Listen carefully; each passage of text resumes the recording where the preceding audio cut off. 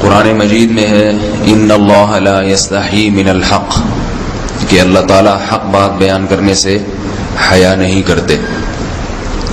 حدیث میں بھی بعض ایسے مسائل کو اللہ کے رسول نے بیان کیا ہے صلی اللہ علیہ وسلم نے جو بظاہر حیا کے خلاف ہیں، مگر اس لیے بیان کیا کہ اگر آپ صلی اللہ علیہ وسلم بیان نہ کرتے تو لوگ ان بے شرمی کے کاموں میں مبتلا ہو جاتے۔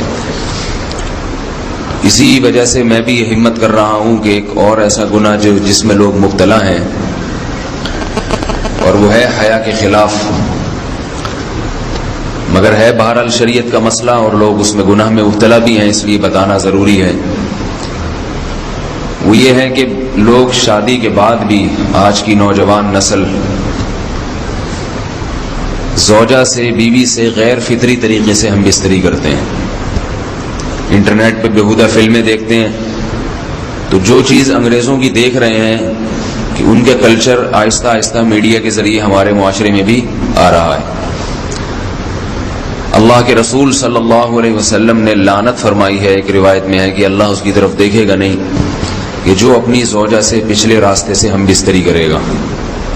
یہ بیماری بھی، یہ گندگی بھی لوگوں میں پھیلتی جا رہی ہے، خاص طور پہ جن کو لڑکوں سے بدفعلی کی عادت پڑ جائے تو وہ زوجہ سے فطری راستے سے ہم بستری نہیں کرتے۔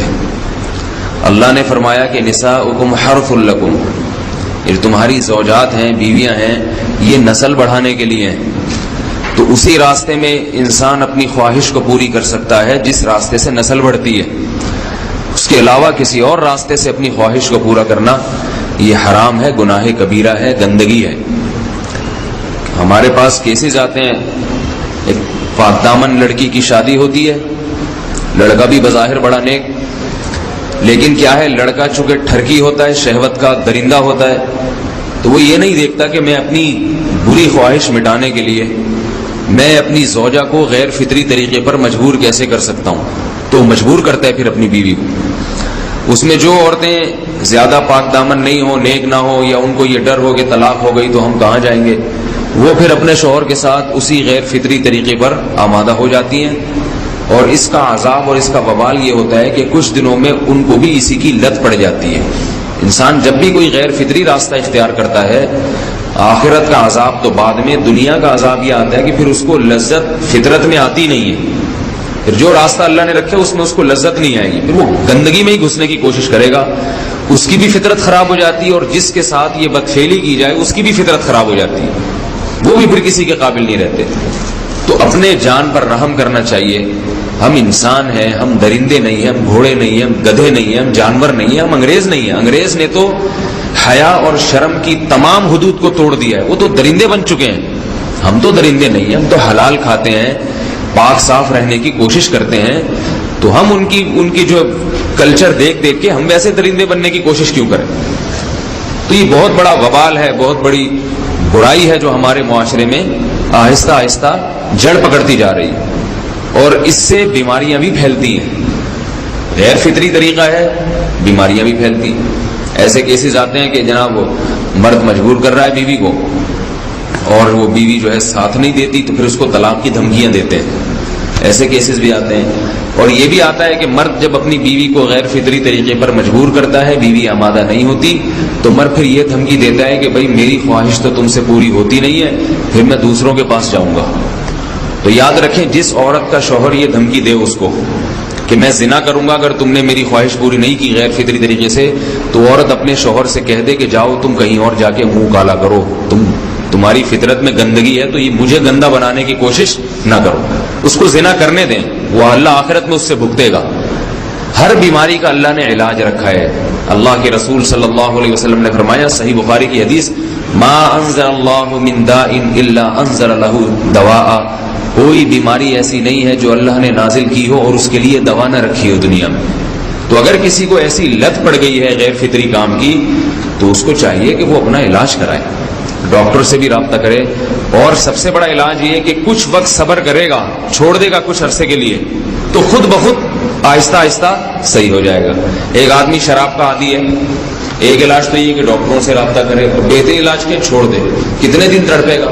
1 دن 2 دن 3 دن 4 دن 1 ہفتہ 2 ہفتہ، بہت زیادہ سال ہو جائے گا نا، اس کے بعد خود بہت ٹھیک ہو جائے گا۔ سگریٹ کا عادی ہے، چھوڑ دے گا تو کتنے لوگ ہم نے دیکھے ہیں دن میں 20 سگریٹ پیتے تھے، چھوڑنے پر آئے تو بالکل ایک دم چھوڑ دی انہوں نے، آہستہ آہستہ کر کے چھوڑ دی، لیکن تکلیف ہوئی مگر عادی ہو گئے۔ تو اب کسی کو یہ لت پڑ گئی ہے غلط کام کی، برائی کی، تو اس کا بہترین علاج یہ ہے کہ وہ اپنے آپ کو بدلنے کی کوشش کرے، ماحول بدلے، اور کچھ وقت صبر کرے گا تو اللہ اس سے یہ عادت چھڑا دے گا۔ نہیں کی، صبر نہیں کیا اس نے، پھر اسی گندگی میں موت واقع ہوگی، پھر آخرت کا عذاب بہت سخت، نسلیں برباد ہو جاتی ہیں اس عمل سے انسان کی۔ تو بات حیا کے خلاف ہے، مگر یہ کہ ایک بزرگ تھے وہ بات فرما رہے تھے، تو کسی نے پوچھا کہ حضرت آپ حیا کے خلاف بات کرتے ہیں، تو انہوں نے فرمایا تم بے حیائی کے کام نہیں چھوڑتے، ہم اس چھڑوانے کے لیے بات کریں تو ہم برے ہیں، اور تم کام کرو تو بھی برے نہیں۔ برائی کا کام کرنے میں برا نہیں بنتا، اور برائی کے خلاف بولنے والا برا بن جاتا ہے کہ دیکھو یہ کیسی باتیں کر رہے ہیں۔ تو بھائی باتیں ہیں اس لیے ہیں کہ یہ معاشرے میں یہ برائی پھیلتی چلی جا رہی ہے، اور یہ ہماری اپنا کلچر نہیں ہے، یہ امپورٹ ہو رہا ہے باہر سے، یہ امپورٹ ہو رہا ہے، یہ وہاں میڈیا کے ذریعے آ رہا ہے۔ تو وہ چیزیں دیکھا نہ کریں اور ان لوگوں سے دور رہا کریں۔ ہمیں تو دین کا داعی ہو کے ان کو ہدایت پر لانا تھا، بجائے ہم ہدایت پہ چل کے دوسروں کو چلانے والے بن کے ان کے راستے پہ ہم نے چلنا شروع کر دیا۔ اللہ تعالیٰ ہمیں اب دیکھیں ان کے ہاں ایڈز کا مرض پھیل گیا ہے۔ آپ بتائیے یہ ایڈز کا مرض ہمارا ہے کیا؟ یہ بیماری ہماری ہے یا ان کی ہے؟ ہمارے ہاں بیماریاں ہیں، کھانسی ہے، نزلہ ہے، ٹھیک ہے نا، بلڈ پریشر ہے، شوگر ہے، یہ بیماریاں ہماری ہیں۔ کوئی اللہ کا شکر ہے گندی بیماری ہمارے ہاں نہیں ہے۔ جتنی گندگیاں ہیں وہاں سے آ رہی ہیں، ایڈز کا مرض وہاں سے امپورٹ ہوا ہے۔ وہ ایڈز کا مرض اسی بدفعلی کی وجہ سے پیدا ہوتا ہے، اسی سے جراثیم پیدا ہوتے ہیں، اور اتنا خطرناک مرض کہ ایسے متعدی ایسے پھیلتا ہی۔ افغانستان میں ایڈز کا ریشو 0 تھا، 0۔ وہ جانتے نہیں تھے کہ ایڈز کا مرض ہوتا کیا ہے۔ جب سے امریکن آرمی، برطانیہ آرمی افغانستان میں آئی ہے، فوجی آئے ہیں، افغانوں میں ایڈز کا مرض پھیل گیا ہے، انہوں نے وہاں بدفعلیاں شروع کر دی ہیں۔ تو وہ تو حالانکہ ان کے لیے زنا کتنا سستا ہے، کتنا سستا ہے نا ان کے لیے زنا، پھر بھی وہ لڑکوں کی طرف مائل ہوتے ہیں۔ تو اتنی گندگی، ایسا گندا جب انسان بن جائے پھر اللہ اس کے وجود کو برقرار نہیں رکھتے، اور رکھتے ہیں تو پھر آخرت میں سزا دینے کے لیے اپنے آپ کو ان گندگیوں سے بچانا چاہیے، حلال پہ اکتفا کرنا چاہیے۔ اللہ تعالیٰ ہمیں حلال پہ قناعت کی توفیق عطا فرمائے اور پاکیزہ لوگوں میں ہمارا شمار فرمائے۔